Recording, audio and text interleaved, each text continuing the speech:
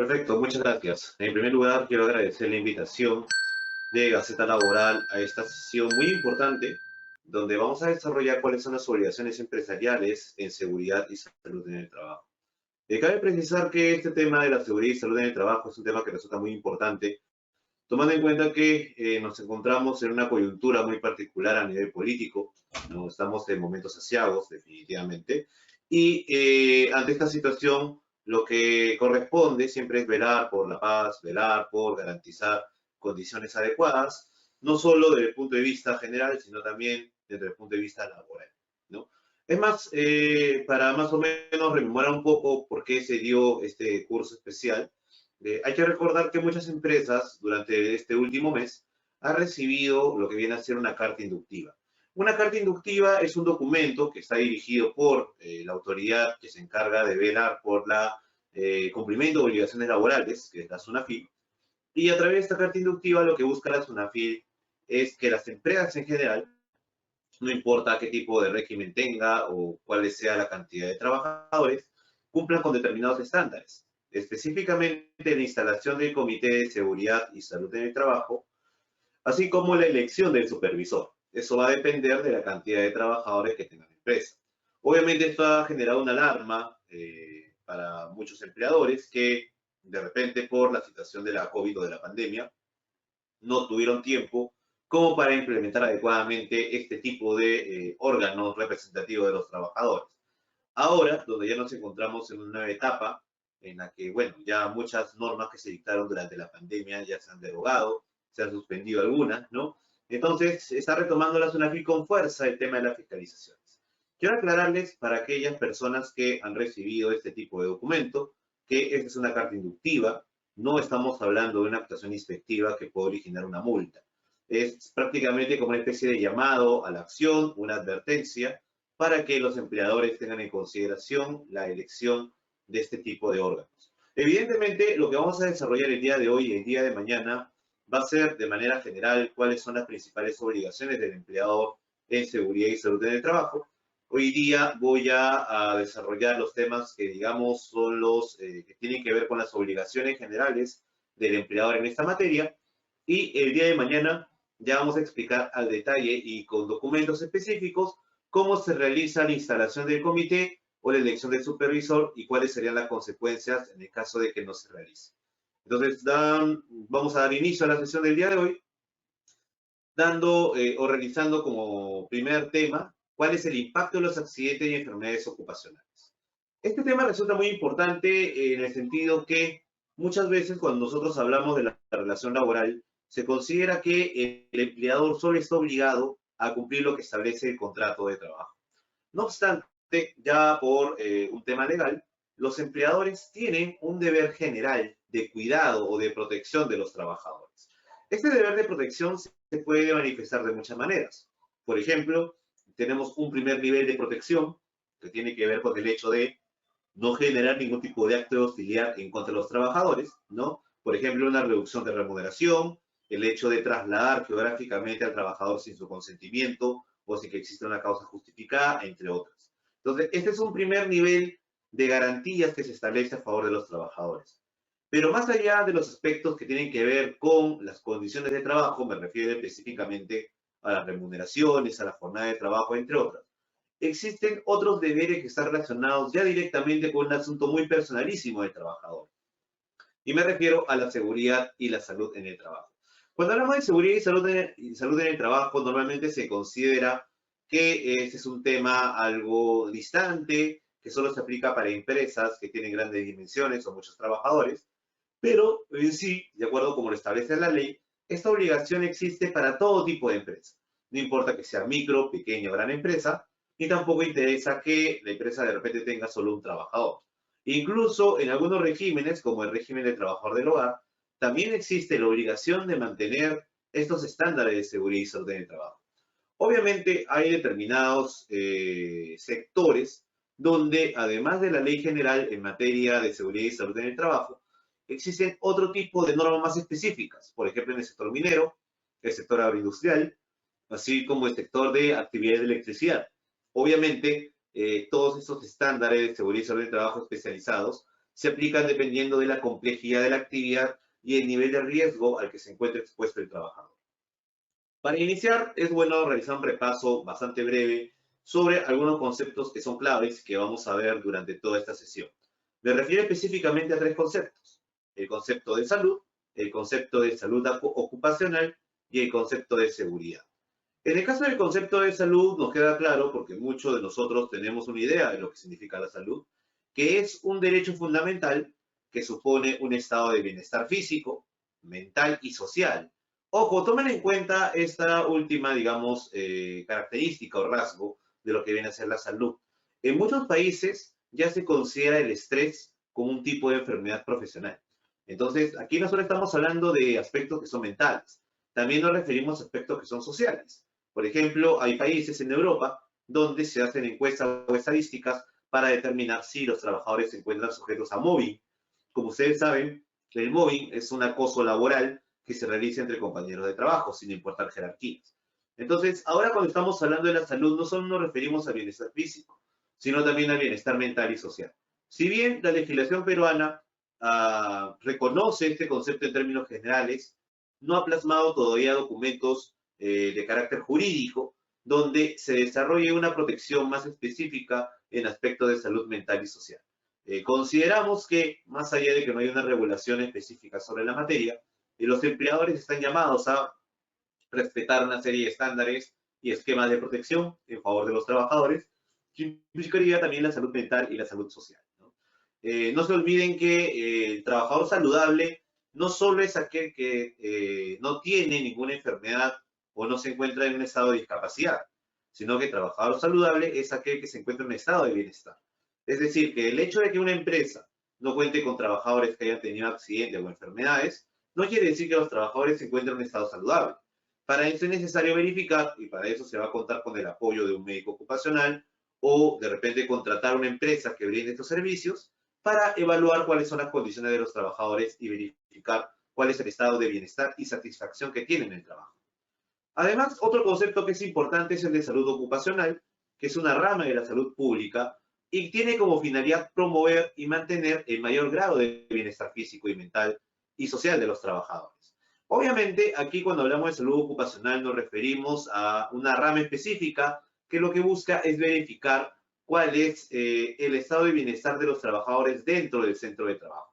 Obviamente, eso requiere un análisis de cuáles son las condiciones de trabajo y cuáles son los factores de riesgo a los que se encuentran sujetos los trabajadores. Y en función de eso, se verifica si realmente los trabajadores se encuentran aptos para desempeñar una determinada tarea, ¿no? Y finalmente tenemos como tercer concepto que también va a resultar importante el de seguridad. Hablamos normalmente nosotros de seguridad y salud en el trabajo, que no es lo mismo. Y hemos visto que la salud hace referencia al estado de bienestar del trabajador. En cambio, la seguridad está relacionada con el hecho de que se den acciones y actividades que permitan al trabajador laborar en condiciones de no agresión, tanto a nivel ambiental, o sea, nos referimos al medio ambiente, ¿no?, como a los que están vinculados con la persona. Al final, la seguridad lo que busca es la implementación de medidas, tanto de recursos humanos como materiales, para preservar y conservar la salud de los trabajadores. Es por eso que, si bien el concepto de seguridad y el concepto de salud no son lo mismo, se encuentran integrados en la noción de seguridad y salud en el trabajo, con la finalidad de garantizar un estado óptimo de los trabajadores. Obviamente, cuando normalmente nosotros hablamos de la seguridad y salud en el trabajo, muchas empresas a las que yo he tenido oportunidad de asesorar me muestran su preocupación porque consideran que el implementar todas estas medidas implica un alto costo. Obviamente que este tipo de implementaciones de este sistema de gestión requiere hacer gastos, por ejemplo, para contratar asesores, de repente para contratar médicos ocupacionales, contratar equipos de protección de personal, etcétera.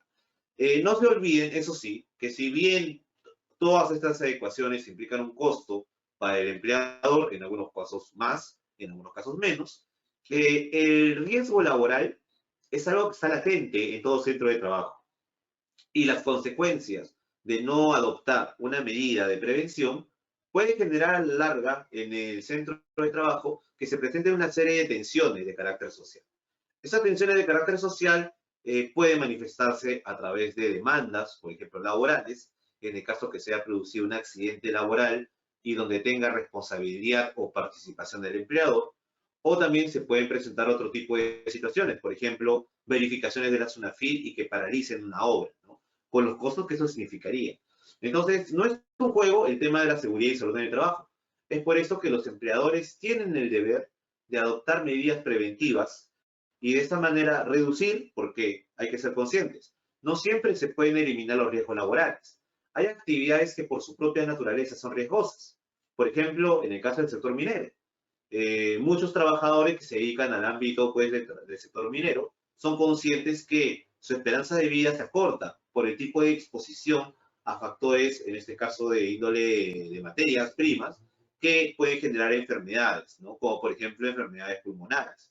Entonces, ante la situación, todos somos conscientes de que esa persona va a estar expuesta a riesgos de naturaleza laboral propios de la actividad y por eso se recomienda que en ese tipo de actividades se respeten una serie de estándares de protección. Hay que usar equipos, hay que verificar constantemente la salud de los trabajadores y obviamente también esto implica que al ser una actividad de riesgo se cuente con un seguro especial, que es el STR. Entonces, en resumen, las normas laborales lo que buscan plasmar es que hay actividades, desde las más mínimas hasta las más complejas, que siempre tienen riesgos. Incluso la labor en casa, para aquellas personas que están realizando trabajo remoto, teletrabajo, porque todavía se va a poder utilizar el trabajo remoto en el de febrero, obviamente unos creen que en verdad no está sujeto a riesgos, pero incluso en las casas, como centros de trabajo, llamémoslo así, también existen riesgos a los que se encuentran expuestos los trabajadores. Entonces, por esto es importante implementar todo un sistema de gestión de los riesgos laborales y ver la mejor manera de poder reducir estos riesgos. Ahora, para hablar un poco de estadísticas y para que se entienda mejor cuál es la magnitud de los riesgos laborales a nivel mundial, hay que recordar, para aquellas personas que de repente hayan revisado estas estadísticas, que son de la OIT, la Organización Internacional del Trabajo, que cada 15 segundos un trabajador muere, ojo, segundos, a causa de accidentes o enfermedades relacionadas con el trabajo. Si estamos hablando solo de accidentes, no de muertes, cada 15 segundos 153 trabajadores tienen un accidente laboral. Ojo, son estadísticas a nivel mundial, ¿no? Eso quiere decir, si hablamos en términos de días, ¿no? Que cada día mueren 6.300 personas a causa de accidentes o enfermedades. Estamos hablando de más de 2 millones de muertes por año, ¿no? Anualmente ocurren, ya hablando de accidentes, más de 317 millones de accidentes, desde accidentes leves hasta accidentes graves. ¿Cuál es la consecuencia de un accidente? Que genera absentismo laboral, es decir, el trabajador no va a producir porque tiene que tomar un descanso para recuperarse. El costo de esta adversidad, si lo calculamos con esta dimensión mundial, es enorme y obviamente genera una carga económica por la mala práctica que muchas veces las empresas aplican al momento de implementar, si es que lo implementa, su sistema de seguridad y salud en el trabajo. Solo para recordar y para hablar un poco de costos económicos, y aclaro que la finalidad no es asustar, simplemente ofrecer un diagnóstico de cuál es la realidad de nuestro país, existen para, por ejemplo, lo que viene a ser el despido arbitrario, existe lo que se conoce como la indemnización tarifada. ¿Qué es la indemnización tarifada? Es una indemnización que está regulada por ley, donde la ley establece topes que debe asumir el empleador para considerar los pagos y de esa forma resarcir al trabajador por el hecho del despido. Entonces, si lo evaluamos de esta manera, ustedes saben que el costo por despedir a un trabajador de manera arbitraria, en el caso que sea un trabajador a plazo indeterminado, es equivalente al de una remuneración y media, ¿no? Por cada año completo de servicios, considerándose también las fracciones de meses y meses. Entonces, el máximo de esa indemnización, porque hay un tope establecido por la norma, es de 12 remuneraciones. Entonces, de antemano, todo empleador sabe cuál es el costo laboral que generaría despedir a un trabajador. No es lo mismo en el caso de un accidente y enfermedad profesional. Primero, para aclarar este punto, ya la jurisprudencia laboral ha establecido como una línea jurisprudencial muy definida que la evaluación de un accidente o de una enfermedad profesional va a partir de elementos muy objetivos. ¿En qué sentido? Que basta que el trabajador tenga un accidente para que se analice o se evalúe cuál es el nivel de participación, si hay dolo o si hay culpa, por parte del empleador al momento de que se desarrolle este tipo de accidentes. ¿Esto qué quiere decir? Si, por ejemplo, un trabajador está utilizando una máquina y por un desperfecto de la máquina se accidenta, esa responsabilidad no la va a asumir el trabajador, sino que es una responsabilidad que directamente la debe asumir el empleado. ¿Por qué razón? Porque el empleador es el encargado de revisar que las máquinas estén en buen funcionamiento, de prevenir a los trabajadores en el caso que, por ejemplo, sea un trabajador que no esté apto para conducir esa máquina, y obviamente que en el caso que se presente un accidente y que no se hayan tomado estas previsiones, el responsable va a ser el empleador. Esto no quiere decir, y eso es importante aclarar, que no siempre cuando hay un accidente o enfermedad ocupacional el empleador tiene que pagar una indemnización. Esto solo se va a producir en el caso de que en una inspección se verifique que el empleador no ha cumplido con determinados estándares de seguridad y salud en el trabajo. Ahora, aquí viene un problema y por eso hago la advertencia. En mi experiencia procesal he visto que existen muchos jueces que al momento de evaluar el tema de los accidentes y enfermedades ocupacionales parten de la idea de que el empleador debe cumplir con todos los estándares establecidos por la ley. Y para serles sincero, en mi experiencia, son muy pocas, muy reducidas las empresas que cumplen con todos los estándares establecidos por la Ley de Seguridad y Salud en el Trabajo. La pregunta es, siendo honestos, ¿esto lo hacen porque sean empresas que les gusta vivir en la ilegalidad? ¿Son empresas informales? No. Muchas de estas empresas desconocen cuál es el alcance de la Ley de Seguridad y Salud en el Trabajo. Estoy seguro que incluso muchos de los que están participando en este momento de repente desconocían la obligación de declarar y de conformar un comité o un supervisor de seguridad y salud en el trabajo.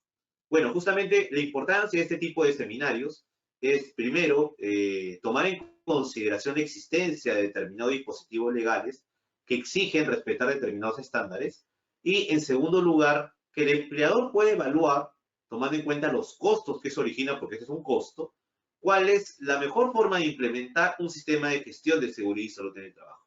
Así que, en conclusión, al terminar este seminario, ustedes van a ser plenamente conscientes de cuáles son las normas aplicables, dependiendo del sector en el que se encuentran, qué tipo de dispositivos son los llamados a cumplir, cuáles son sus obligaciones, y también vamos a establecer paso a paso cómo implementar este sistema, específicamente lo que tiene que ver con el comité y con el supervisor.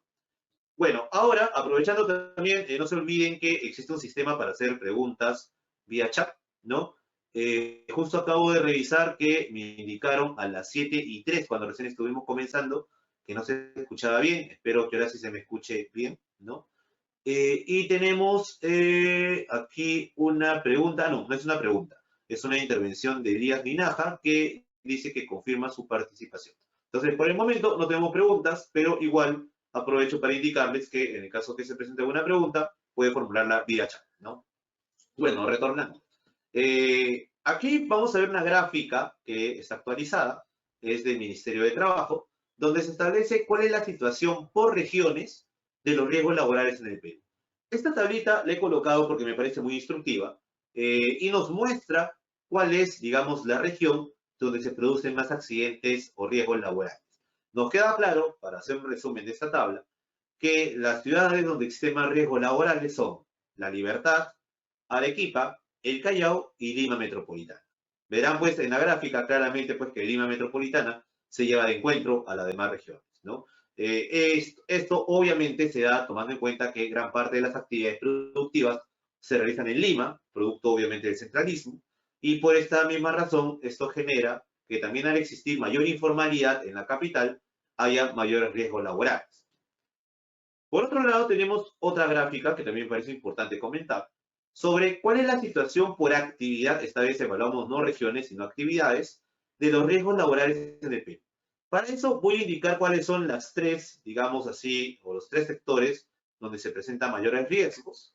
Tenemos el sector que aquí hemos llamado D, que es el sector de industrias manufactureras, ¿no? O sea, actividad industrial, donde el nivel de riesgos es bastante alto, lo cual es entendible porque hacer actividades industriales implica manipulación de determinados elementos que pueden ser químicos o de otra naturaleza, además que también implica el uso de maquinaria. Por otro lado, el segundo lugar en cuanto a riesgos laborales es el sector de actividades inmobiliarias, que tiene que ver directamente con lo que viene a ser la construcción civil, lo cual es bastante evidente, tomando en cuenta que gran parte de la actividad aquí es una actividad manual, actividades inmobiliarias. Por otro lado, tenemos otro tipo de actividades. Por ejemplo, aquí vemos en la tabla el G, que tiene que ver con el comercio, al por mayor y al por menor. Eso es cierto, ¿no? También las actividades comerciales, específicamente lo que tiene que ver con reparación de vehículos, ¿no? También generan una serie de riesgos por la manipulación misma que se realiza de los implementos de trabajo, entre ellos los vehículos, ¿no?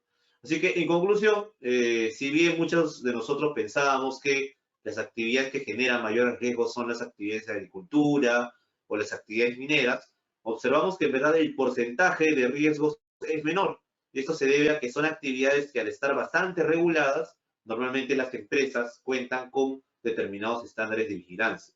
En cambio, en otras actividades, como las actividades inmobiliarias, más allá de que sean actividades obviamente legales, lamentablemente no se está respetando, por lo menos de acuerdo con lo que revela esa estadística, adecuadamente los estándares de seguridad y salud en el trabajo. Luego tenemos ya como prácticamente la última estadística, si no me equivoco, sobre cuáles son los agentes causantes que producen más accidentes en el Perú. No, es la penúltima, ya me digo.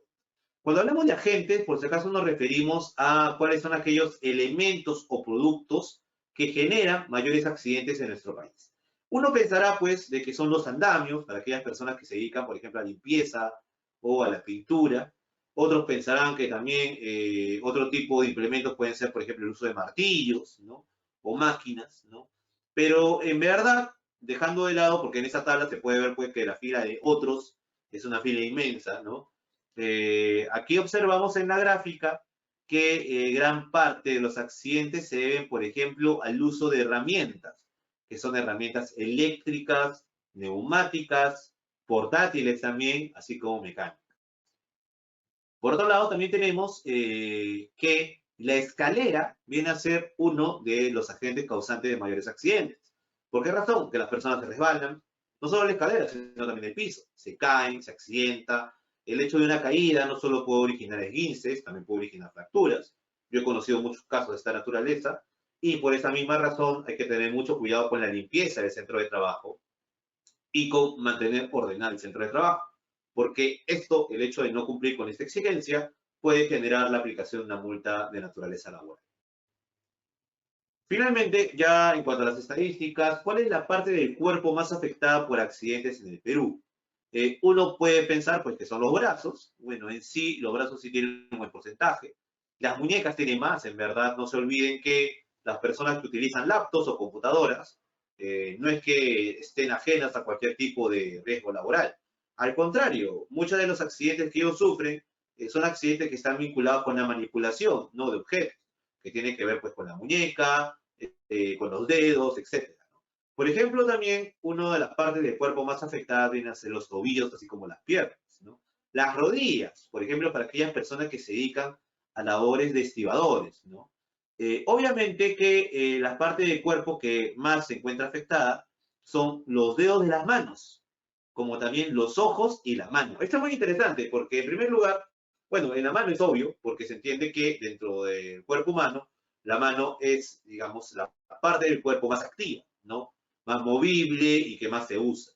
Por otro lado, los ojos, obviamente, los accidentes de carácter visual son también bastante comunes.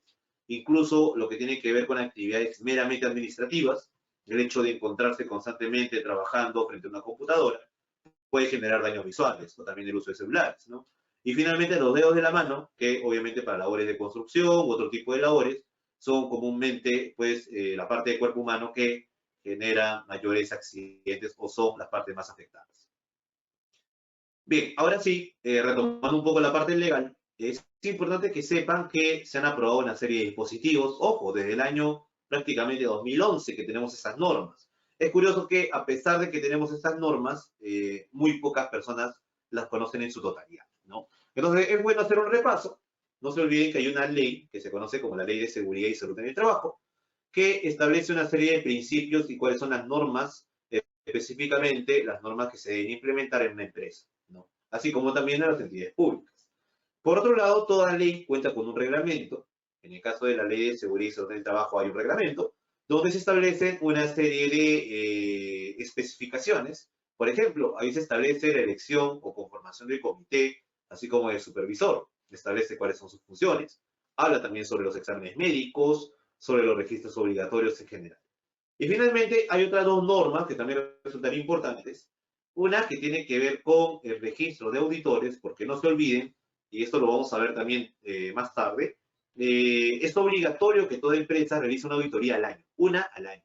¿Por qué es importante? Porque de esa manera se puede verificar si realmente se están cumpliendo con las exigencias propias de la seguridad y la salud en el trabajo. Y por otro lado, también tenemos otro dispositivo que tiene que ver con el registro único de información sobre accidentes de trabajo, incidentes peligrosos y enfermedades ocupacionales. Esta norma es importante porque establece que el Ministerio de Trabajo tiene la obligación de crear un registro y ese registro tiene que ser completado por los empleadores en el caso que se produzca algún tipo de accidente, incidente peligroso o enfermedad ocupacional. Esta obligación también la vamos a ver después. Recuerden que todavía estamos en la parte, llamémoslo así, introductoria. ¿Cuál es el objetivo? Y aquí cuando coloco LSST, me refiero a la Ley de Seguridad y Salud en el Trabajo. Son las siglas para no ser tan extensos, ¿no? Cuando estamos hablando de la Ley de Seguridad y Salud en el Trabajo, nos referimos a una norma principal desde el punto de vista laboral y que establece tres tipos de responsabilidades. Por un lado, en el caso del Estado, observamos que el Estado va a cumplir un rol muy importante, que es el rol de fiscalizar y controlar. En materia de seguridad y salud en el trabajo, ¿cuál es la entidad principal? Porque son varias las entidades, ¿no? ¿Cuál es la entidad principal que se encarga de fiscalizar el cumplimiento de estas normas? La SUNAFIL, es decir, la Superintendencia Nacional de Fiscalización Laboral. La SUNAFIL puede actuar de dos maneras. En principio, todas son de oficio. Una, a través de una denuncia, es decir, un trabajador observa que en la empresa no se están respetando los estándares de seguridad y salud en el trabajo. Entonces, frente a ello, el trabajador puede callar o puede iniciar una denuncia, incluso anónima, que vaya dirigida a la SUNAFIL para que la SUNAFIL verifique con sus inspectores de trabajo. Entonces, este rol de la SUNAFIL es un rol netamente estatal y que tiene que ver con la fiscalización y control.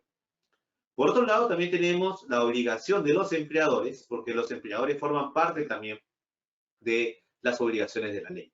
¿Qué es lo que establece aquí la ley? Establece que el empleador debe cumplir, ¿no?, una obligación de prevenir a los trabajadores de los riesgos laborales. Esta obligación de prevención implica en todas las etapas de la contratación laboral, incluso la etapa previa, que es la postulación de los candidatos, debe garantizar que los trabajadores se encuentren en las mejores condiciones de bienestar y así evitar que se encuentren expuestos a riesgo laboral, ¿no? Y finalmente también los trabajadores ocupan un papel muy importante dentro de lo que tiene que ver el sistema de gestión de seguridad y salud en el trabajo. Este papel implica que los trabajadores van a participar y su participación puede ser de forma individual como de forma colectiva. De forma colectiva, esto tiene que ver con los sindicatos. Hay que tomar en cuenta que hay empresas que sí cuentan con sindicatos, otras empresas que no. Y es muy importante delimitar el papel de los trabajadores, porque incluso en el caso de aquellas empresas que no cuenten con sindicatos, igual tiene que realizarse, y como ustedes ya de repente habrán revisado, tiene que realizarse la elección de un comité o un supervisor. Al no existir sindicato, el sindicato no es el que está llamado a llevar a cabo este proceso de elección, entonces lo que se tiene que nombrar es una junta electoral. Es una junta electoral que va a ser elegida por el empleador para llevar a cabo este tipo de elecciones. Entonces, como podemos ver claramente, observamos pues tres exigencias dependiendo de el rol que tiene que cumplir cada uno de estos actores dentro de lo que viene a ser la Ley de Seguridad y Salud en el Trabajo. Veo que hay una pregunta. Ah, no, me equivoqué, todavía no hay preguntas. Ya, me acaban de confirmar que sí se escucha bien. O sea que por ese lado estamos correctos. Ya, no hay ningún problema. Bien, entonces, bien, ahora sí retomamos. ¿Cuál es el ámbito de aplicación general de la Ley de Seguridad y Salud en el Trabajo? Cuando nosotros hablamos de la Ley de Seguridad y Salud en el Trabajo, algunos piensan que esta ley tiene que ver solo con empresas que son de grandes dimensiones. Esto no es así. La Ley de Seguridad y Salud en el Trabajo se aplica para todo tipo de empresa, sea una microempresa, sea una pequeña empresa o sea una que se conoce como no MIPE, es decir, mediana o gran empresa. Entonces, no crea que por el hecho de ser microempresa no se le aplican estas obligaciones. Aquí estamos hablando del ámbito privado, ¿no? Entonces, en principio, toda empresa, incluso la que tiene solo un trabajador, tiene que respetar estas obligaciones en materia de seguridad y salud en el trabajo. ¿Qué pasa si mi empresa realiza actividades a distancia? Es decir, estamos hablando de actividades en las que los trabajadores realizan, por ejemplo, su trabajo desde casa, desde domicilio, o de repente lo hace como se conoce en un horario semipresencial. Es decir, algunos días asisten a la empresa, al centro de trabajo, y otros días no asisten. Entonces, en esos casos igual también se aplica esta norma, porque recuerden que los riesgos laborales no solo se presentan en las instalaciones de la empresa, sino también se pueden presentar en los domicilios. Entonces, ya vamos a explicar cómo se puede hacer una vigilancia en los domicilios, porque evidentemente, a diferencia de un centro de trabajo, el domicilio del empleador es un lugar que se encuentra protegido por un derecho fundamental, que es el derecho a la privacidad. Entonces, ahí es importante que exista un compromiso por parte de los trabajadores de establecer mecanismos para que los empleadores puedan establecer medidas y verificar hasta qué punto en sus hogares los trabajadores están, pues definitivamente, cumpliendo con los estándares de seguridad y salud en el trabajo. Bueno, esto es lo que tiene que ver, aclaremos, con lo que viene a ser el ámbito privado. No se olviden que la ley de seguridad y salud en el trabajo no solo se aplica a los trabajadores, también se aplica a lo que tiene que ver, o también los conocidos como trabajadores por cuenta propia. Nos referimos a los locadores, es decir, aquellas personas que emiten o deberían emitir recibos por honorarios. Muchas veces se cree que los locadores o estos prestadores de servicios son personas que se encuentran ajenas a la ley de seguridad y salud en el trabajo. Pero esto no es así, ¿ya? Porque ellos también van a encontrarse involucrados. Recuerden que hay locadores que realizan su actividad de manera independiente, porque justamente esa viene a ser la naturaleza de estas actividades, actividades independientes. Pero pueden realizar esta actividad incluso también realizando visitas, ¿no? Al centro de trabajo. Entonces, estas visitas que realizan al centro de trabajo pueden generar un impacto, en algunos casos negativo, en contra de estos prestadores porque se pueden ver expuestos, ¿no? A determinados accidentes. Por ejemplo, digamos que un locador tiene que visitar un centro de trabajo para informar sobre, o dar un informe sobre la situación, por ejemplo, de un trabajo que se le encarga. Y al asistir a la empresa, va a la reunión donde de repente está la persona de directorio y en eso, digamos que surge un temblor, ¿no? Entonces, ante esas situaciones, obviamente que hay que tomar medidas en las que van a estar involucrados tanto los trabajadores como los locadores de servicio. Entonces, al verse expuesto a este tipo de accidentes, por ejemplo, se puede resbalar, se puede caer, se puede fracturar. Obviamente que ante eso también la ley de seguridad y salud del trabajo se aplica plenamente para establecer pues condiciones más favorables para estas personas también y que no sufran accidentes. Así que en conclusión, si bien los principales, llamamos así, actores dentro de la ley de seguridad y salud del trabajo vienen a ser los empleadores y los trabajadores, también se va a implementar una protección especial a aquellas personas que tengan la naturaleza de prestadores de servicios. Así que, eso sí, el hecho de que usted aplique esta ley a los prestadores de servicio, en este caso independientes, no quiere decir que los va a tratar como si fueran trabajadores, ¿ya? Existen posturas, aunque yo estoy en desacuerdo a nivel judicial, que establecen que un indicio de laboralidad, es decir, indicio de que un prestador puede ser un trabajador, es el hecho que usted brinde capacitaciones a estos prestadores. Yo soy de la opinión que una capacitación de seguridad y salud en el trabajo se puede brindar no solo a los trabajadores, sino también a locadores que prestan servicios regulares para una empresa. Entonces, yo sí discrepo de esa postura jurisprudencial, pero les advierto, ¿no? Porque puede hacer caso que si ustedes, por ejemplo, incluyen a los prestadores de servicios, lo cual no me parece mal, en las capacitaciones, un inspector de trabajo o un juez puede calificar esto como un indicio. Obviamente, este indicio no va a ser suficiente para decir que esta persona es un trabajador. Se requiere reunir más indicios para que, en función de que existan más indicios, se pueda determinar si realmente estamos frente a un trabajador o un locador, ¿no? Así que no se asusten si han realizado capacitaciones también a sus locadores. Insisto, yo no lo veo negativo, siempre y cuando se realice dentro de determinadas reglas o estándares específicos.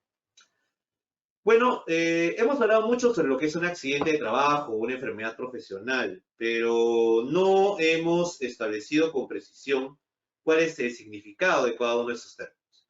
Cuando estamos hablando de accidente de trabajo, nos referimos a un suceso que, en primer lugar, es repentino. ¿Qué quiere decir repentino?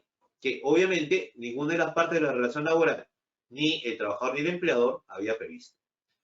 Por otro lado, es un suceso que sobreviene por causa o con ocasión del trabajo, y aquí es importante aclararlo, ¿no? Cuando se habla de accidente de trabajo, en principio es el accidente que se da en el centro de trabajo, ¿ya? Así que podemos decir que aquí la causa es el trabajo. Ahora, cuando decimos que la causa es el trabajo, hay que aclarar los conceptos. Por ejemplo, vamos a poner dos ejemplos diferentes. Digamos que yo soy una persona que se dedica a realizar instalaciones eléctricas, ¿no? Y al hacer esta mi labor, obviamente tengo que utilizar equipos de protección. De repente un día, por descuido, dejo de utilizar guantes que son necesarios para ese tipo de labores y me electrocuto. Entonces, esto califica obviamente como accidente de trabajo por dos razones. Por un lado, porque este accidente ocurrió en el desarrollo de mis funciones laborales. Y en segundo lugar, porque acaeció en el centro de trabajo. Pero ¿qué pasa si yo soy una persona que se dedica a una labor administrativa? Yo paro sentado, digamos, en mi oficina y al momento que me estoy dirigiendo a servir un café, me resbalo. ¿Sigue siendo un accidente de trabajo? Sí.